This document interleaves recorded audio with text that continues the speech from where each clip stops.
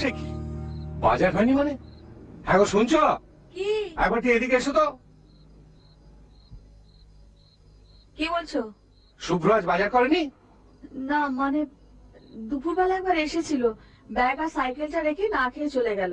কাল সরস্বতী পুজো না, ক্লাবে নাকি অনেক কাজ আছে, রাত্রেও ফিরবে না বলেছে। বাবা চমৎকার চমৎকার। পুজো ক্লাব সেটাই ওর কাছে বড় হলো। বাড়ির লোকেরা খেতে পেলো কি পেলো না তাতে কিছু এসে যায়? ছি ছি ছি, কি ছেলেই পেটে ধরেছে। হ্যাঁ গো, সংসারের জন্য ওর এতটুকু চিন্তা নেই? সব চিন্তা কি আমাকেই করতে হবে?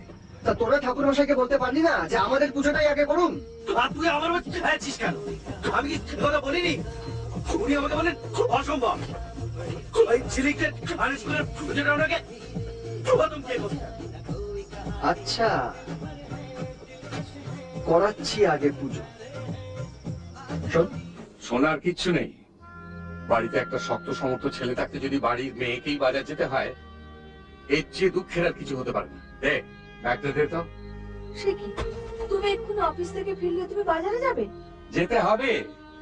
বাড়ির উপযুক্ত ছেলে যদি দিদির সম্মান রাখতে না শেখে, তাহলে বাবাকেই বাজার যেতে হবে মেয়ে সম্মান বাঁচাতে।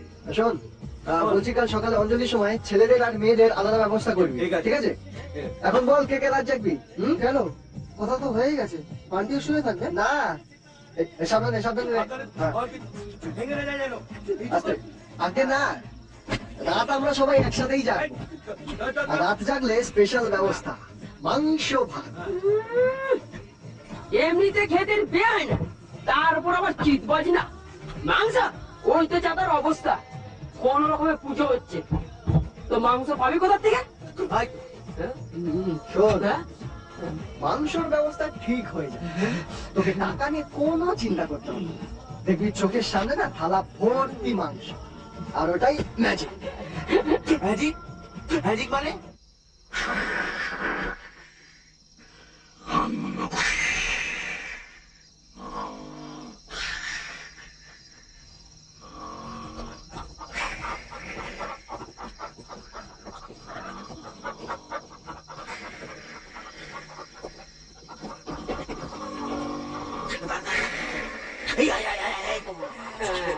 আমরা